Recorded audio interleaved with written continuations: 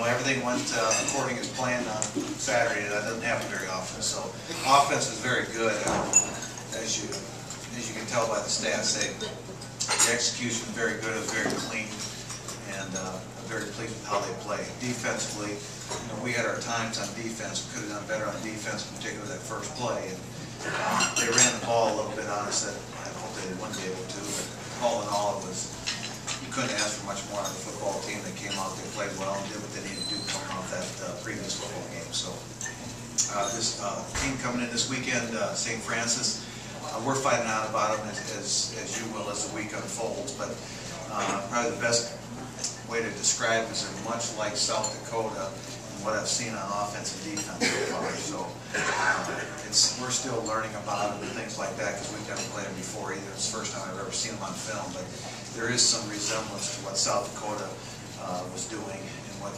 we expect St. Francis to do. So that's how that plays out. So any questions? What's your biggest concern going into this week?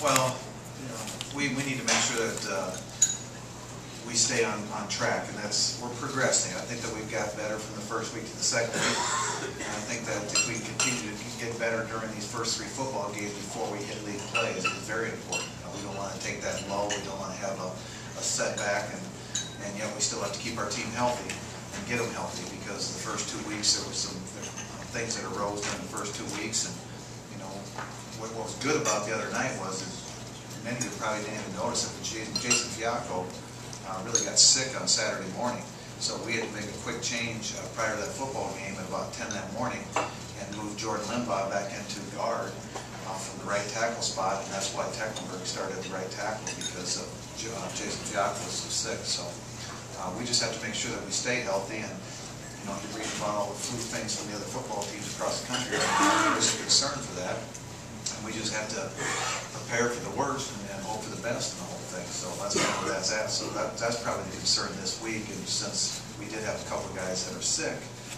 and you know, you just don't want that to get paranoid about it, but at the same time, very concerned about it. Coach, has any team in the FCS looked better so far this season than Northern Iowa?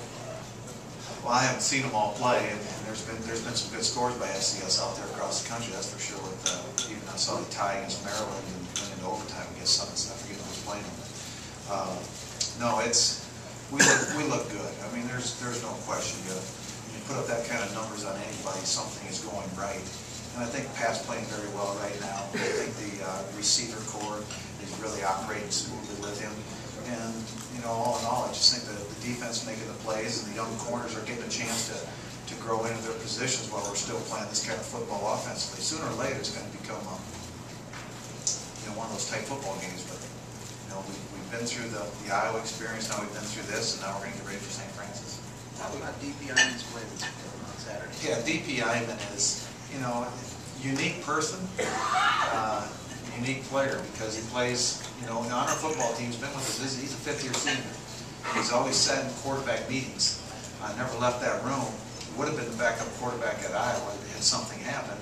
And then now that Josh Collins is down, as you can probably quantify, as the starting receiver to replace Josh Collins. But he became very prominent in what we're doing.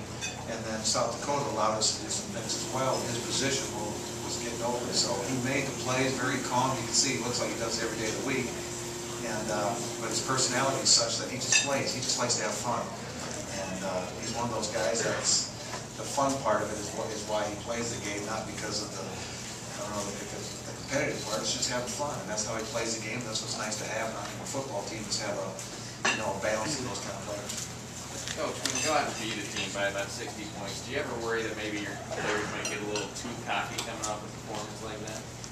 Well, we've been to both ends of this thing now, so I think they're playing confident. They were playing confident in the previous game. They played confident, you know, and they were still smooth. I was concerned we'd start to get sloppy, particularly in the second half, that we drop our guard a little bit and get a little sloppy in timing. But they're not right now, and until they do, we'll keep going in the direction we are, because I think that they're mature enough in some positions that we can control that. But you know, they have to have the swagger we get. They have to have the what are they going to do when somebody does stop? You know, how are we going to act and counteract on it? And I think we prepare in that way, but time's gonna tell when that crosses our path. Coach,